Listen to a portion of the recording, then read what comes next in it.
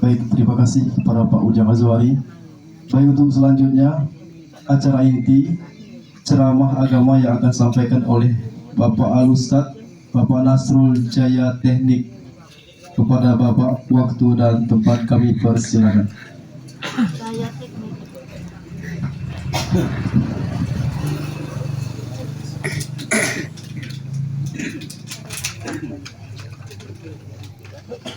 Alhamdulillah masih belum pakai kacamata.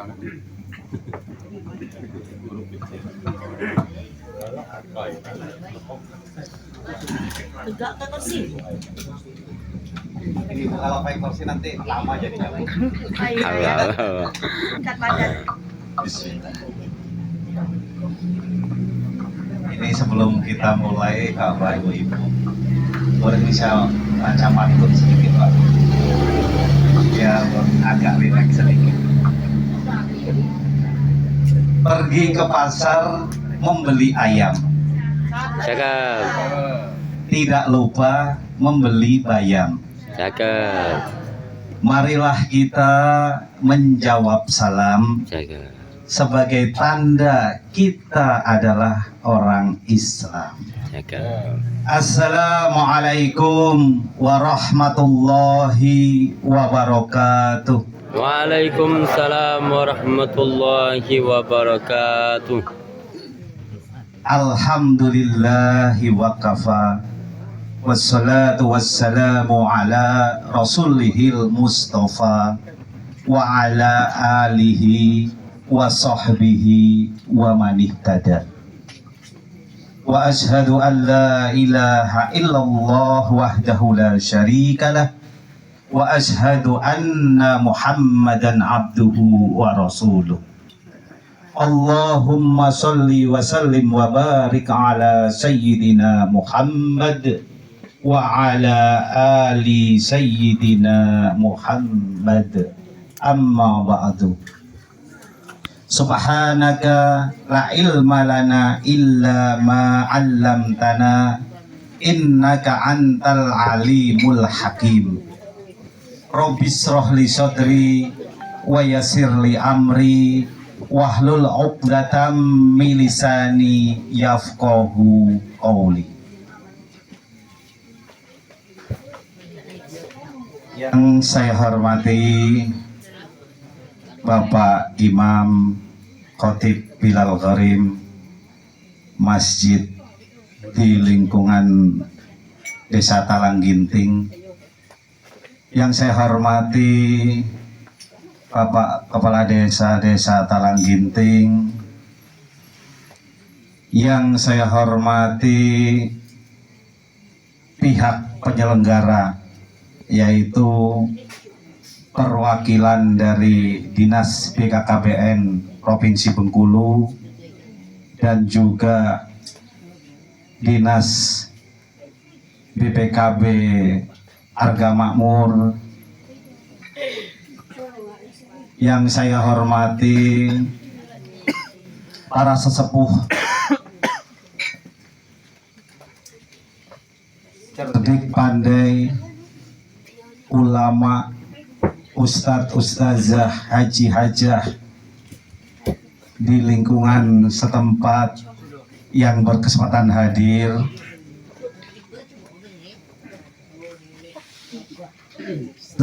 Dan tidak lupa kepada sahibul musibah, yaitu keluarga besar Bapak Khairuddin, serta bapak-bapak, ibu-ibu, jamaah sekalian yang tidak bisa saya sebutkan namanya satu persatu yang saya hormati. Pertama-tama, marilah senantiasa kita memanjatkan puji dan syukur kita kehadirat Allah Subhanahu wa Ta'ala, yang mana atas rahmat dan ridhonya lah kita semua ini bisa berkumpul di tempat ini hanya atas izin Allah Subhanahu wa Ta'ala.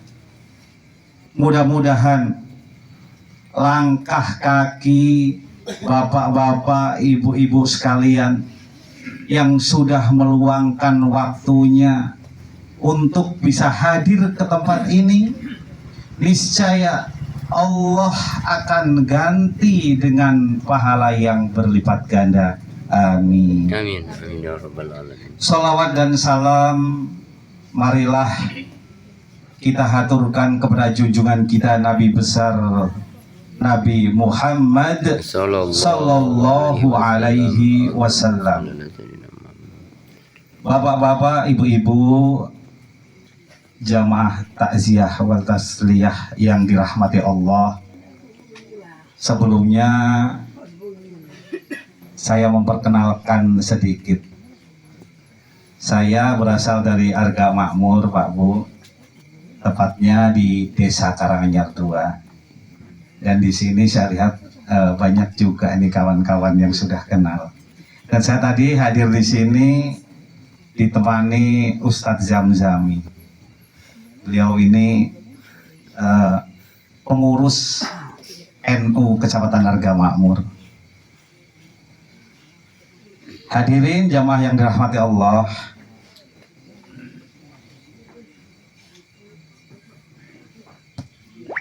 Sebelumnya mohon maaf ya Pak Bu, mungkin karena saya nggak bisa bahasa Rejang ini. Jadi apa ya, kalau bahasa Rejang uku cuanam melawa. Cuma bisa ngomong itu lawa. Memang sekitar samping kiri kanan dan lingkungan saya orang Rejang, Karanganyar 2 ya. Tapi karena bahasa kami sehari-hari bahasa Indonesia, jadi ya sampai sekarang walaupun sudah lama tetap nggak bisa Pak. Kalau orang ngomong dikit-dikit tahu insya Allah artinya. Nah, kalau suruh ngomong nggak tahu Pak.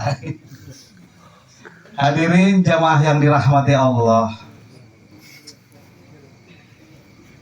Dalam kesempatan malam kedua takziah kita pada malam hari ini, saya akan membawakan suatu topik ataupun judul di sini, yaitu aji mumpung Pak.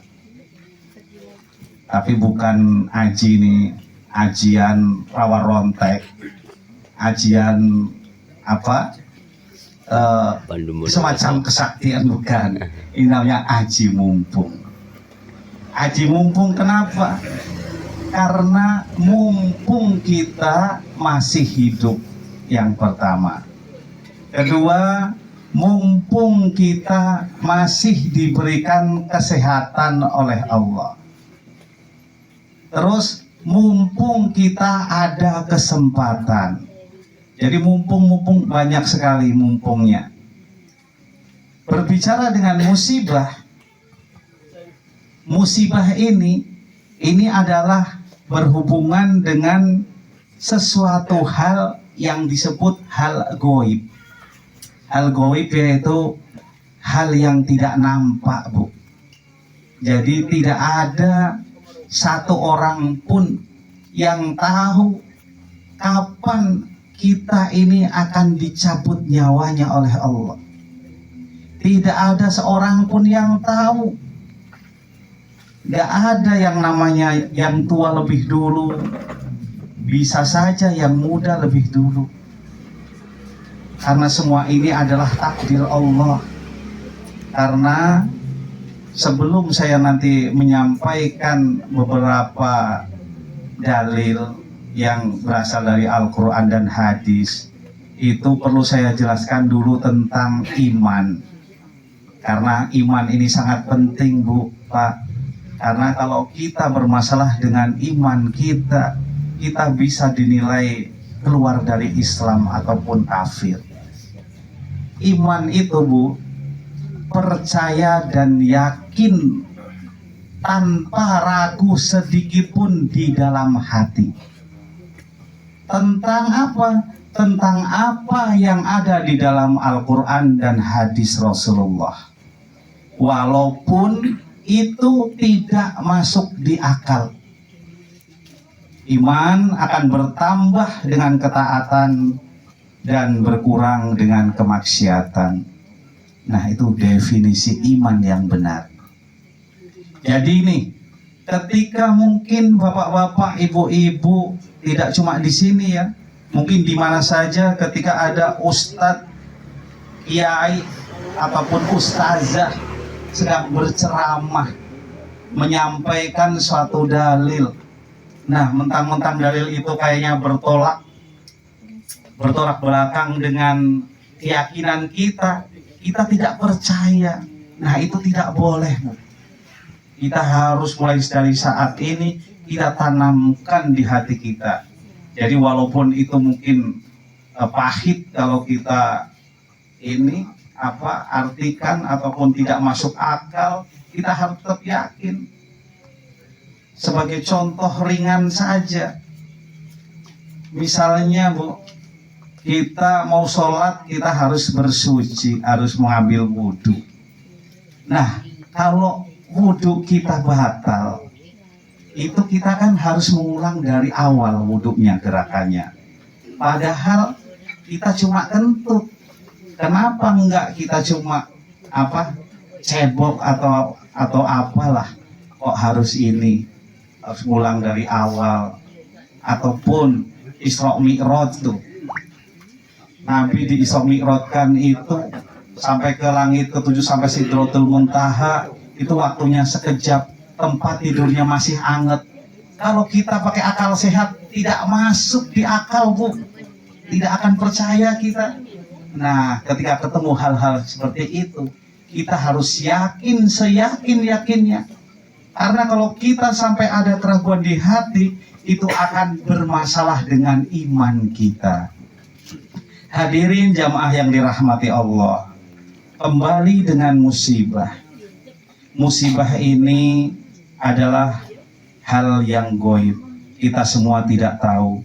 Tapi Allah ini sudah menentukan takdir semua makhluk ini itu 50.000 tahun sebelum Allah ciptakan langit dan bumi.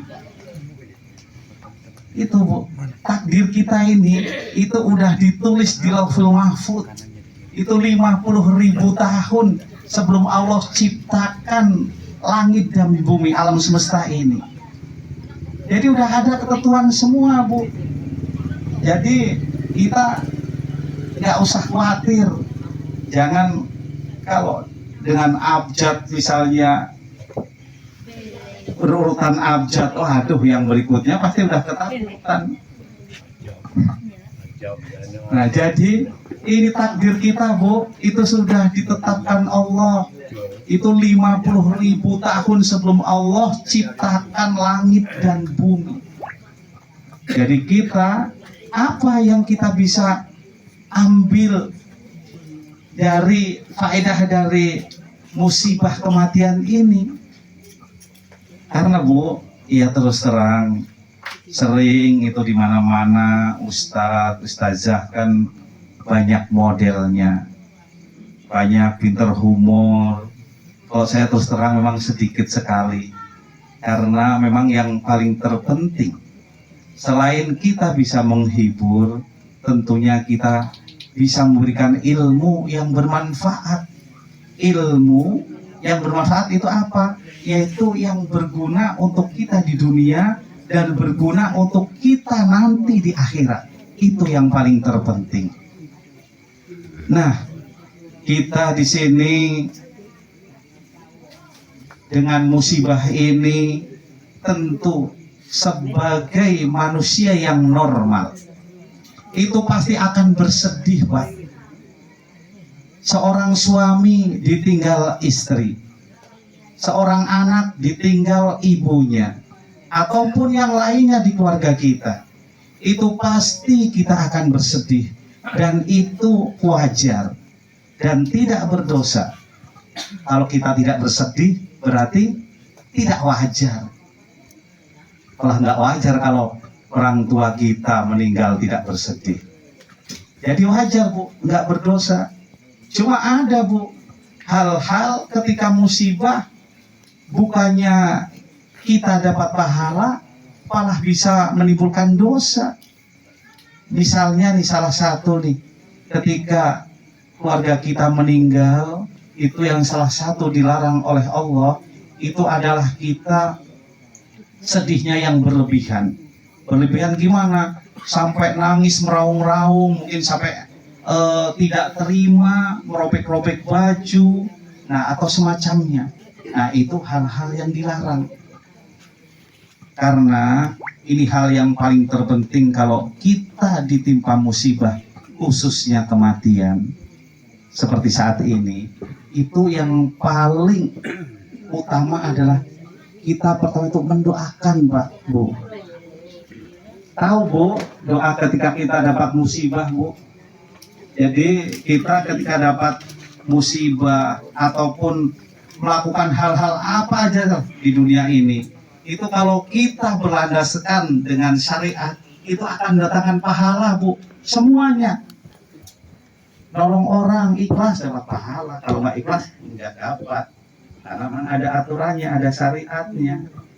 Seperti halnya ini, ketika kita ditimpa musibah, itu kita yang ditinggal, ini misalnya anaknya ataupun keluarganya, itu membaca doa seperti yang diajarkan Rasulullah Shallallahu Alaihi Wasallam, yaitu apa?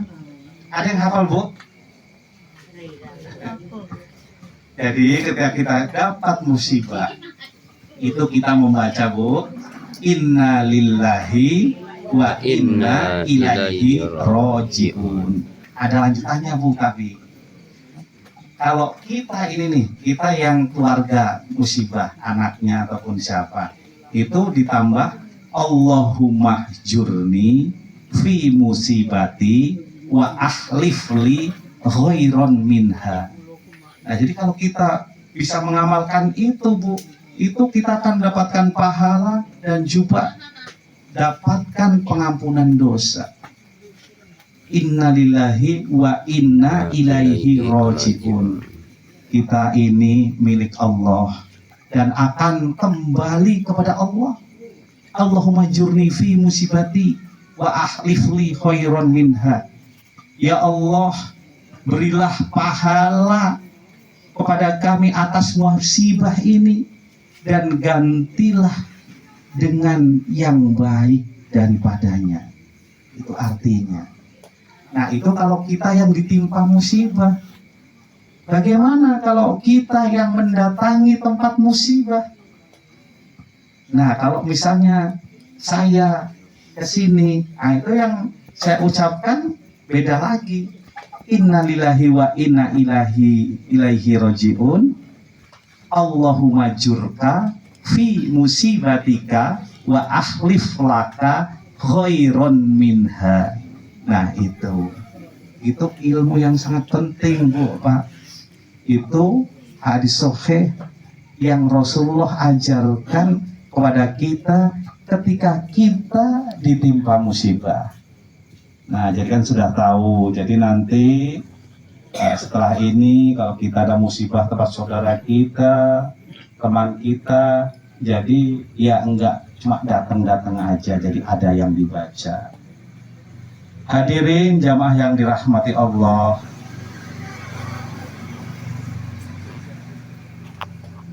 berbicara tentang musibah kembali, ini tadi saya sudah ngomong bahwasanya ini temanya yaitu Haji Mumpung. Kenapa saya ingin menyampaikan masalah Haji Mumpung? Ini karena sangat penting, Pak, Bu. Karena apa? Karena selagi kita ini sama Allah masih diberikan umur yang panjang. Karena apa? Karena selagi kita masih diberikan Allah kesehatan. Karena kita masih diberikan Allah kesempatan. Kalau nggak diberikan itu, kita juga nggak bisa hadir. Jadi jangan sia-siakan yang sudah diberikan oleh Allah itu. Untuk apa? Yaitu untuk beribadah. Nah, ibadah yang bagaimana yang berhubungan dengan kematian? Jadi ketika kita tertimpa musibah, khususnya kematian, itu harus menjadikan kita bertambah iman kita. Karena kita ingat, oh iya, Berarti umur kita cuma sampai di sini ya. Coba kalau ibu sama bapak atau siapa saja ikut sampai ke makam, sampai acara penguburan jenazah, kita di situ pasti akan teringat. Oh iya, kalau sudah meninggal berarti sudah selesai kita di dunia. Karena kita di dunia ini sesaat, Bu. Kelihatannya saja lama memang berjalannya waktu, tapi sebenarnya sangat sesaat sekali. Karena yang lama, yang kekal itu adalah kehidupan nanti, yaitu kehidupan di akhirat kelak. Itu yang perlu kita persiapkan. Contoh nih Bu, Pak, kita nih berprofesi sebagai petani. Kita mau ke kebun, mungkin sudah direncanakan pulangnya sore. Kalau pulangnya sore jelas kita perlu bawa bekal nggak Pak? Perlu Pak? Perlu. Nah, kita perlu bawa bekal. Kalau kita nggak bawa bekal mungkin kelaparan. Mungkin malah bisa pingsan tuh. Mau kerja seharian nggak bawa bekal. Nah, begitu juga kita hidup ini Bu. Kita hidup ini itu yang paling penting. Memang benar kita hidup ini mencari nafkah, kita pingin kaya, yang belum nikah pingin punya pasangan, yang belum punya rumah pingin punya rumah, yang belum berpenghasilan besar pingin berpenghasilan besar, macam-macam. Itu boleh Bu, tidak dilarang, dan itu hukumnya mubah. Tapi ada lagi yang lebih penting, yaitu apa? Bekal kita untuk akhirat. Jadi kalau fasilitas dunia, misalnya kita diberikan Allah kelebihan harta, kita berkecukupan, punya kendaraan, atau yang lain sebagainya, itu nggak apa-apa. Malahan kita gunakan fasilitas dunia itu untuk menunjang ibadah. Itu yang benar, itu yang bagus. Jadi jangan sampai fasilitas dunia ini tidak ada pengaruhnya sekali ataupun kontribusi untuk akhirat nanti. Hadirin jamaah yang dirahmati Allah. Bekal. Nah, bekal apa itu yang perlu kita bawa untuk ke akhirat? Nah, kita masih hidup ini memang kewajiban kita itu adalah beribadah kepada Allah. Dan salah satu amal soleh yang sangat penting, yang amal soleh ini itu sangat berpengaruh untuk kita di akhirat, yaitu apa? Yaitu menjaga sholat. Amal soleh banyak Bu, Pak. Bersedekah, membantu orang, gotong royong di masjid, ada tetangga pesta bantu. Itu semua amal soleh kalau kita lakukan dengan ikhlas, dan insya Allah dapat pahala. Nah, tapi kenapa saya bilang tadi salah satu yang ingin saya sampaikan ini, Aji mumpung ini kita jaga sholat. Karena apa? Karena sholat adalah salah satu pokok itu yang akan dinilai nanti di akhirat.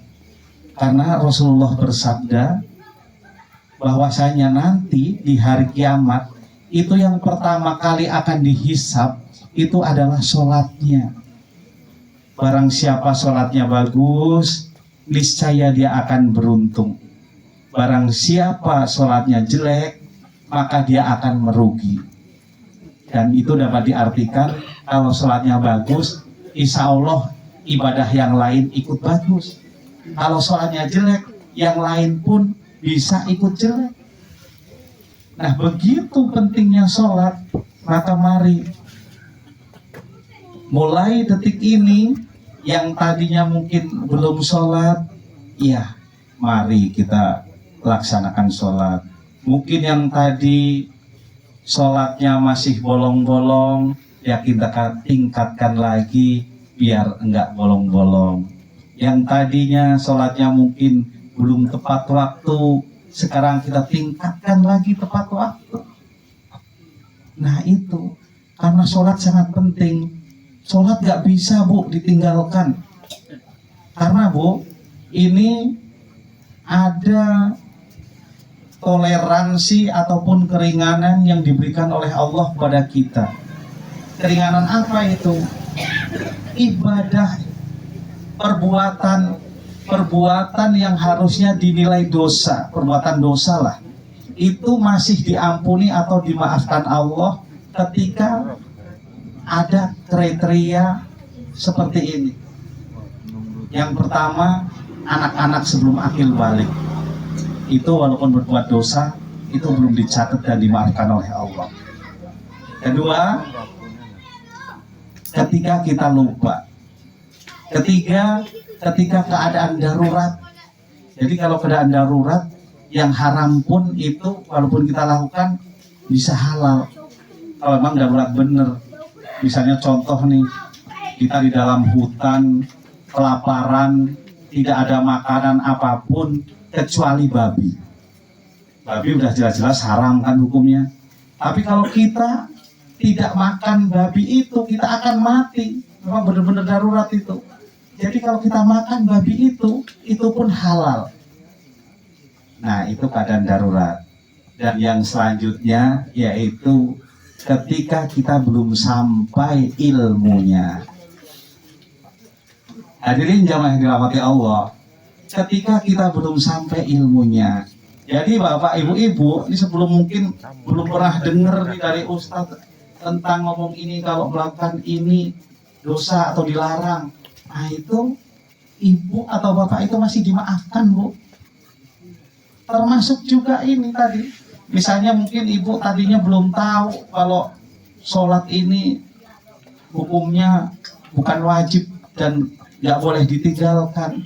Nah setelah dikasih tahu oleh ustadz ataupun penceramah lainnya, nah sejak itulah hukumnya berlaku. Ibu langgar lagi ataupun bapak langgar lagi, itu baru dinilai dosa oleh Allah. Nah, jadi kan ada toleransinya tuh. Maka mari kita gunakan kesempatan yang bagus ini, mumpung kita masih diberikan oleh Allah, masih berikan kesehatan, berikan umur. Coba kalau kita ini Allah kasih sakit, kan pasti kita mau beribadah sulit, mau membantu orang sulit. Alhamdulillah kita beri sehat. Dan kita doakan juga untuk saudara-saudara kita, mungkin teman-teman kita yang sekarang lagi sakit, yang sekarang lagi dilanda kesusahan. Mudah-mudahan Allah segera beri kesembuhan dan Allah juga beri pertolongan kepada kawan-kawan atau saudara kita yang sedang kesusahan. Amin. Amin. Hadirin jamaah yang dirahmati Allah, yang selanjutnya amal soleh tadi salah satu yang paling terpenting yaitu sholat. Sholat itu tidak ada penawarnya ataupun boleh ditinggalkan. Ini yang sering saya ketemu nih kadang ini, khususnya bapak-bapak ini, ketika mungkin baik itu pegawai negeri, petani, itu sering pasti ketemu hal seperti ini. Ketika kita asik bekerja, entah di ladang, entah di kantor, tahu-tahu azan asar. Nah, ketika azan asar kita baru teringat, duhur tadi kita belum sholat. Nah, coba kalau belum tahu ilmunya, pasti bingung tuh. Pasti kita sholat asar, tinggal sholat duhur.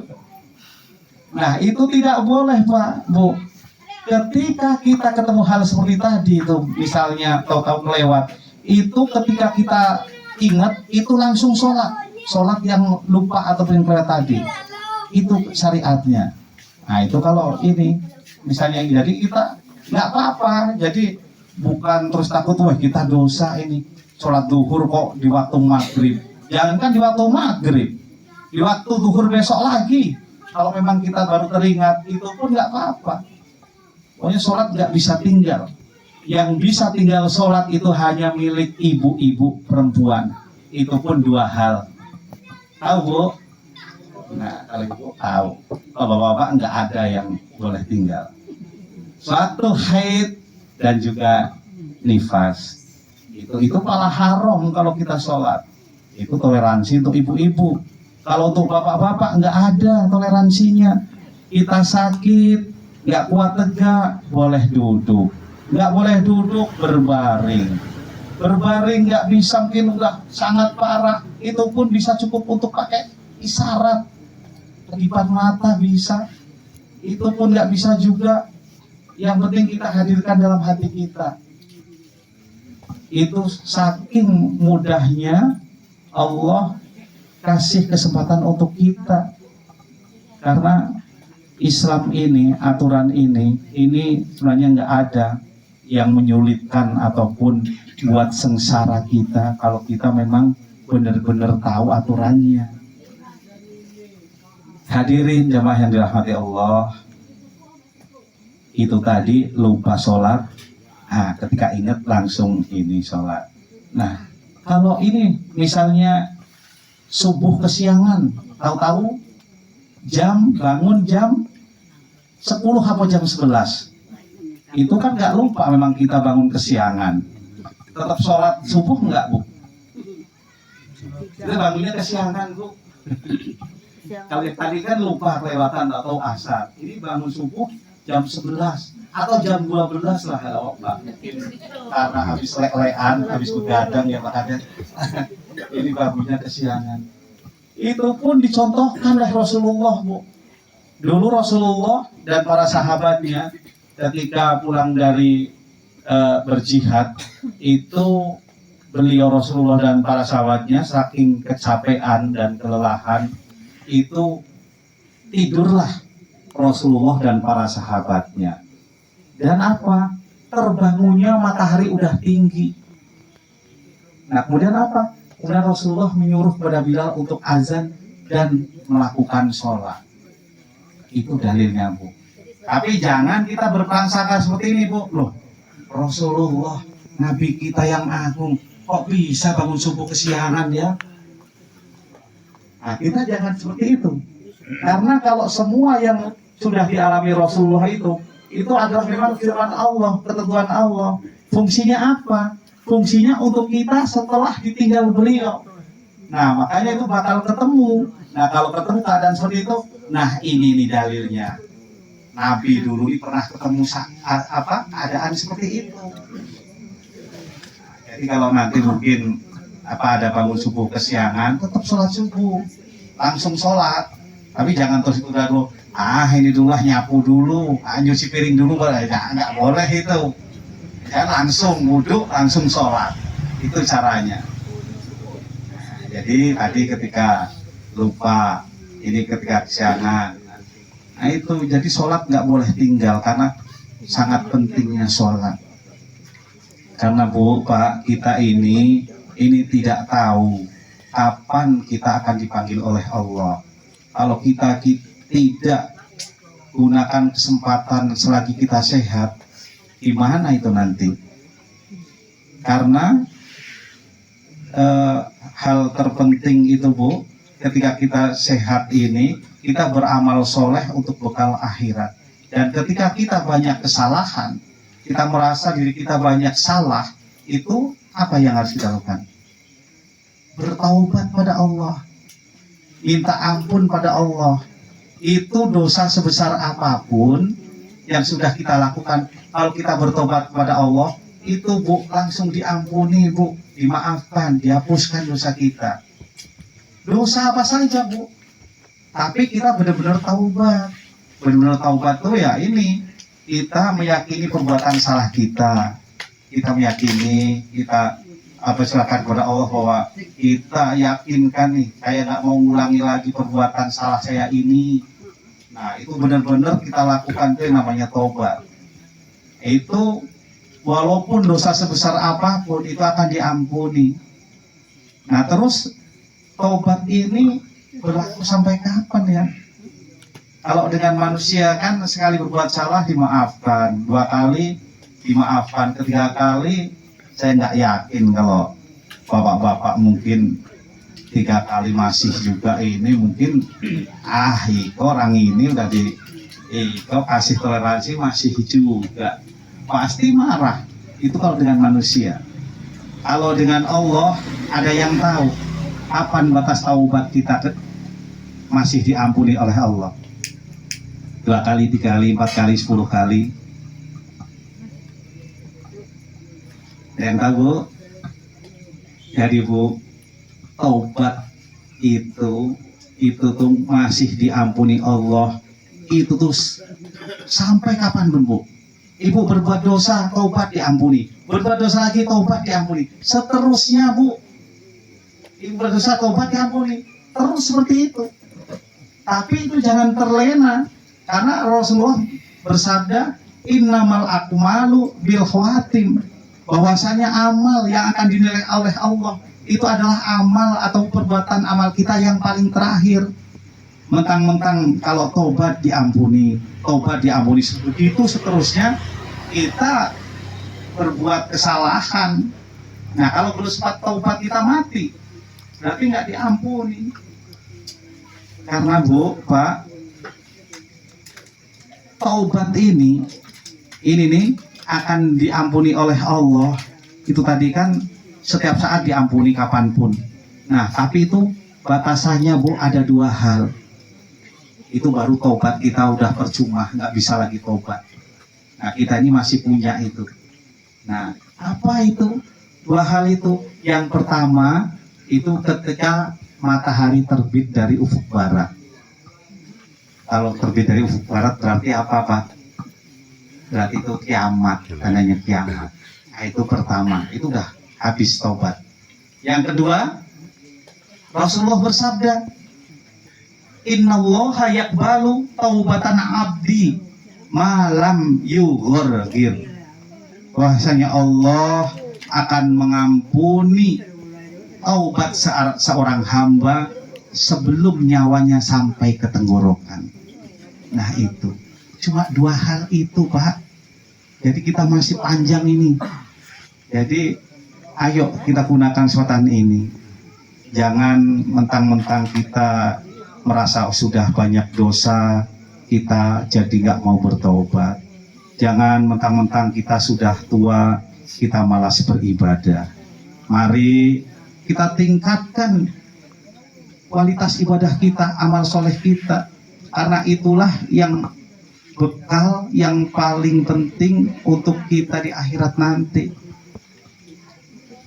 Jadi sebelum nafas kita sampai di tenggorokan dan matahari terbit di ufuk barat, itulah 2 hal ditutupnya pintu taubat.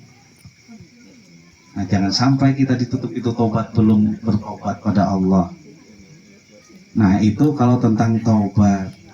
Yang selanjutnya lagi apa? Hal yang terpenting. Tadi kan hal terpenting salah satunya sholat. Itu untuk bekal kita di akhirat. Karena sholat penentu ibadah yang lain. Tapi ada juga Bu, ini memang agak ekstrim dikit ini. Mungkin entah pernah dengar belum ini. Memang kalau disampaikan agak ekstrim. Tapi itulah ya saya cuma bisa menyampaikan. Ini ada di dalam surat At-Taubah ayat 54. Ini berhubungan dengan ibadah ini.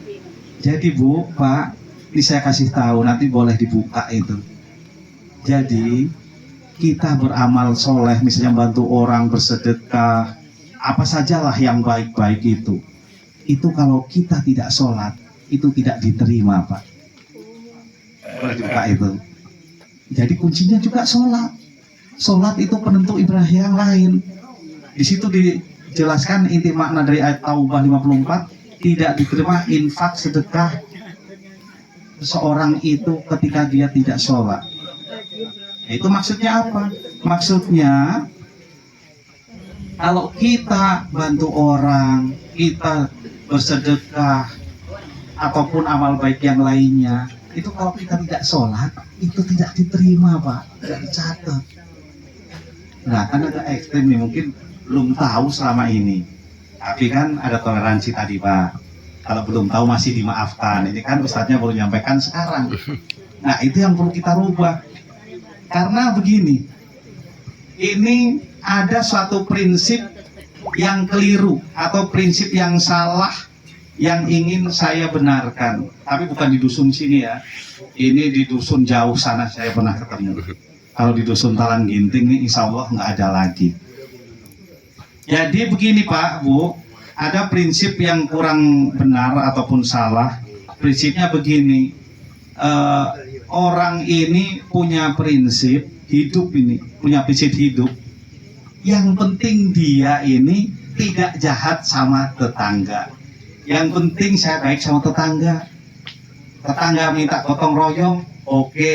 Gotong masjid berangkat, dimintain sumbangan, nyumbang. Nah ada yang seperti itu. Yang penting saya prinsip seperti itu. Udah jadilah nggak sholat. Yang penting kita itu baik sama orang, nolong orang, mau bersedekah. Nah itu yang ada hubungnya dengan surat At-Taubah ayat 54. Jadi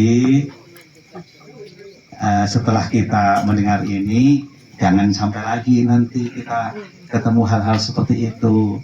Mari kita rubah prinsip kita yang salah.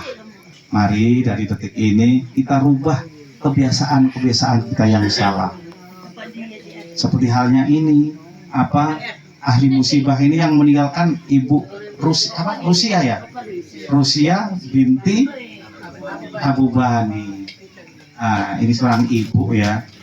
Ketika ada keluarga kita meninggal, ini khususnya ibu, mungkin juga nanti bapak ataupun yang lainnya.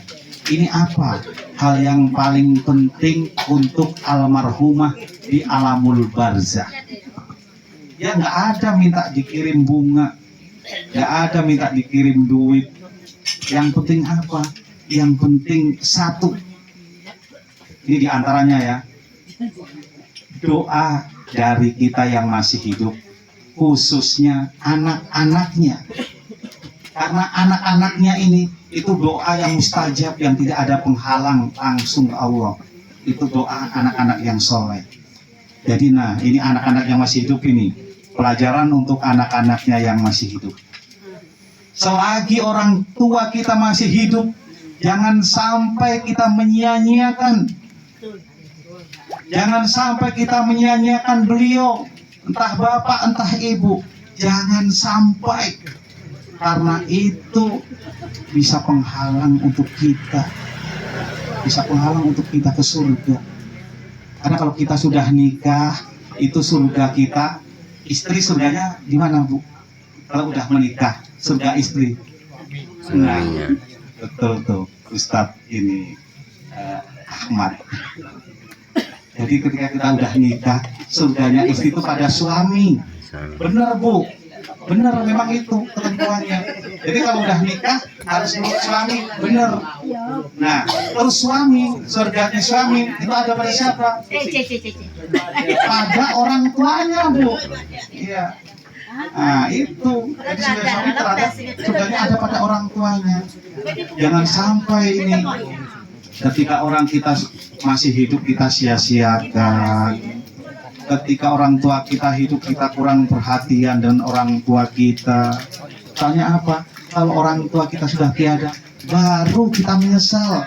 Nggak ada yang menyesal itu di depan. Menyesal letaknya pasti di akhir. Di belakang, benar.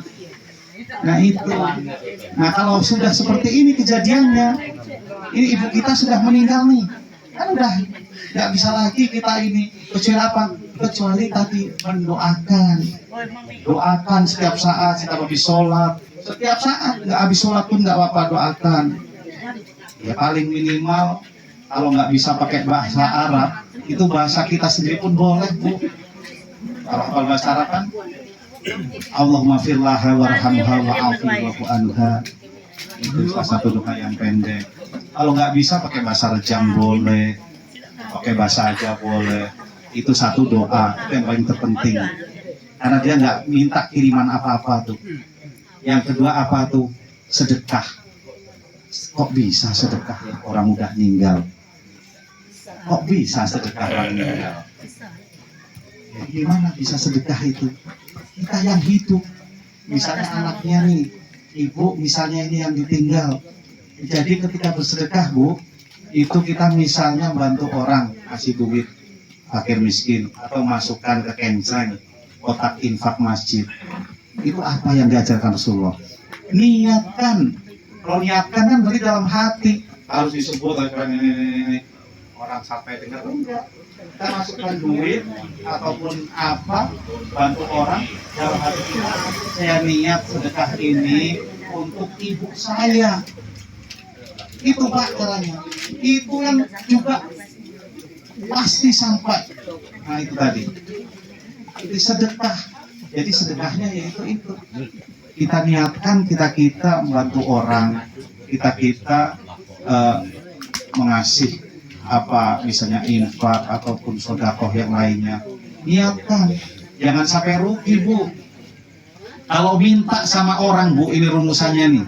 Kalau minta sama manusia, kalau kita mintanya banyak, orang nggak mau ngasih, itu kalau manusia. Pak, saya minta jengkolnya Pak, ya ambil. Minta juga itu Pak terong, ya ambil. Itu ada cabenya juga minta Pak, woi, diminta galau habis sih kok kebun kita nih. Itu kalau manusia. Tapi kalau Allah, semakin banyak yang kita minta Pak, Allah semakin senang. Jadi jangan sia-siakan itu. Kalau kita ketika bersedekah, kita tidak ngomong apa-apa nih, kita tidak niatkan apa-apa. Yang dapat pahala cuma apa? Diri kita pribadi. Iya, misalnya Pak Kiai tadi, Bapak yang baca Al-Quran tadi, itu ketika baca Al-Quran, saya niatkan juga sedekah untuk orang tua saya misalnya. Itu mengalir sedekah ke orang tuanya, termasuk beliau yang baca. Kalau misalnya enggak, ya cuma kita pribadi. Nah itu bedanya Pak. Itu ilmu itu, dapat ilmu kan? Itu Bu. Itu jadi kalau keluarga kita, orang tua, anak kita udah meninggal, ya ada yang bisa kita lakukan kecuali tadi itu kirim doa, bersedekah. Itu hal yang sangat penting. Hadirin yang jamaah yang dirahmati Allah, ini katanya Bapak tadi boleh sampai kapan ini? Kalau sampai saya kuat nanti tidur Pak. Ini aja udah nampaknya udah gelisah ini. Ya, nggak apa-apa, memang wajar. Memang kita tempat kita ini Bu, ini namanya Raudhah min Riyadil Jannah, taman-taman surganya Allah. Jadi mudah-mudahan kita yang hadir ini khususnya di saat ini nantinya juga akan dimasukkan ke dalam surga. Amin. Amin ya rabbal alamin. Raudhah min Riyadil Jannah, taman-taman surga. Taman-taman surga itu apa? Yaitu tempat suatu majelis yang di dalam majelis itu dibacakan ayat suci Al-Quran dan hadis-hadis Rasulullah. Nah itu taman surga. Jadi ketika kita datang ke tempat apa, ada pengajian, itu Raudhah min Riyadil Jannah. Sama seperti ini. Ini bukan main Pak Bu pahalanya kita yang bertakziah ini. Karena ini Bu, ini ada ilmu juga nih. Semua amal soleh kalau niatnya tidak ikhlas tidak diterima oleh Allah. Cuma satu, ada perbuatan walaupun tidak ikhlas tetap dapat pahala. Apa itu?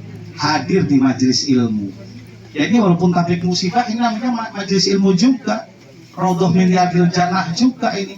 Karena definisi majelis ilmu itu tempat majelis yang mana di situ dinyampaikan ilmu, ada dibacakan ayat suci Al-Quran, ada disampaikan hadis Rasulullah. Jadi insya Allah kita nih khususnya yang hadir ini, mudah-mudahan kita semua ini akan diberikan keberkahan oleh Allah Subhanahu wa Ta'ala. Amin. Amin ya rabbal alamin. Mungkin Bapak Ibu itu yang bisa saya sampaikan pada kesempatan malam hari ini, dan tentunya apa yang saya sampaikan tadi mungkin ada yang menyinggung di hati bapak-bapak, ibu-ibu, jamaah sekalian. Saya pribadi mohon maaf yang sebesar-besarnya. Karena Bu, Pak, ilmu itu memang harus disampaikan walaupun pahit. Karena ketika kita menerima ilmu, itu pun yang menerima ilmu dan mau melaksanakan otomatis akan mendapatkan pahala dan pengampunan dosa dari Allah Subhanahu wa Ta'ala. Dan marilah Bapak Ibu-Ibu untuk mengakhiri acara takziah malam kedua kita, mari sama-sama kita bermunajat, kita memohon kepada Allah, kita berdoa mudah-mudahan almarhumah Rusiawati binti Abu Bani ini yang sekarang udah beda alam dengan kita, yang sekarang ada di alamul barzakh, niscaya Allah lapangkan kuburnya, niscaya Allah ampuni dosa-dosanya, dan semoga Allah terima amal baiknya. Amin. Amin. Ya Rabbal Dan Alamin. untuk kita semua mudah-mudahan khususnya yang hadir, Allah anugerahkan kepada kita hajat-hajat kita. Semua yang hadir nih, niatkan dalam hati apa hajat-hajat kita bagi kita berdoa nanti. Mudah-mudahan juga yang hadir hajat-hajatnya akan dikabulkan oleh Allah Subhanahu wa ta'ala. Amin. Amin. Amin ya rabbal alamin. Al-hadiniyah wa likulli niyatin sholihah. Al-Fatihah. أعوذ بالله من الشيطان الرجيم بسم الله الرحمن الرحيم الحمد لله رب العالمين الرحمن الرحيم مالك يوم الدين إياك إياك نعبد نعبد وإياك وإياك نستعين نستعين اهدنا الصراط المستقيم صراط الذين أنعمت عليهم غير المغضوب عليهم ولا الضالين. أعوذ بالله من الشيطان الرجيم بسم الله الرحمن الرحيم. Alhamdulillahirabbil alamin hamdan yuwafi ni'amahu wa yukafi mazidah.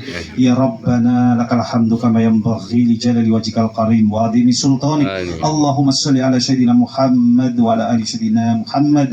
Allahumma inna as'aluka al-'afwa wal afiyah wal mu'afata ad-da'imah fid din wad dunya wal akhirah. Allahumma inna as'aluka bi anna nashhadu annaka antallah la ilaha illa anta al-ahadus samad alladzi lam yalid wa lam yulad wa lam yakul lahu kufuwan ahad.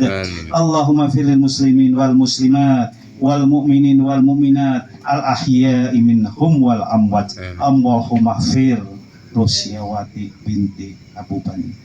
Allahumma fir laha warhamha wa'afihi wa'fu anha. Allahumma fir laha warhamha wa'afihi wa'fu anha. Allahumma fir laha warhamha wa'afihi wa'fu anha.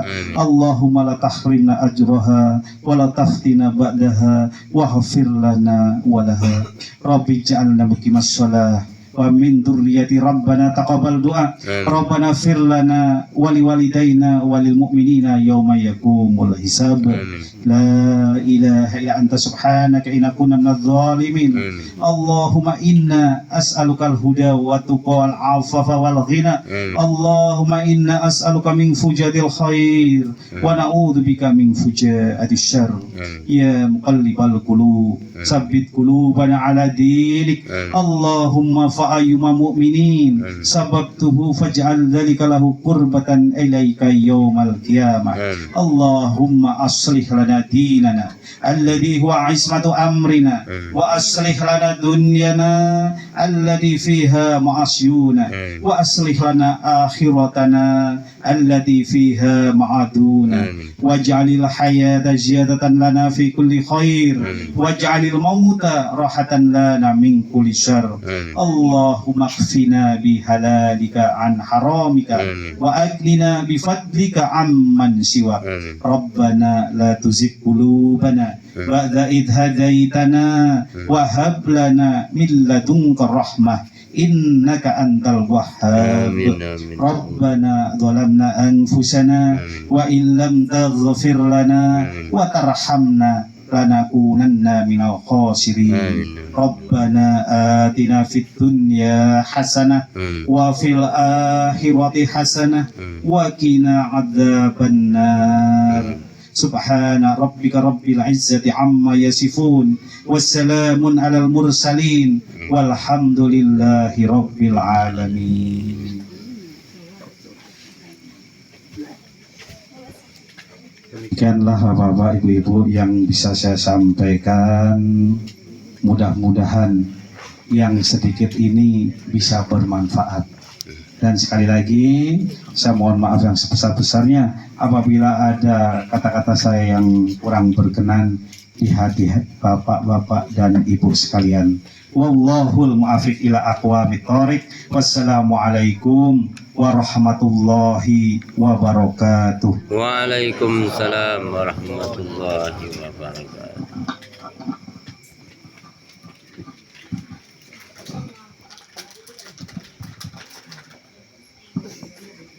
Baik, terima kasih kepada Bapak Al-Ustadz yang telah menyampaikan tausiahnya. Semoga kita semua di sini mendapatkan manfaat dalam kehidupan sehari-hari. Baik, kita masuk ke acara keempat, yaitu penutup. Baik, saya selaku pembicara mungkin ada kekurangan, saya mohon maaf. Kepada Allah saya mohon ampun. Wabillahi taufiq wal hidayah. Wassalamualaikum warahmatullahi wabarakatuh. Waalaikumsalam warahmatullahi wabarakatuh.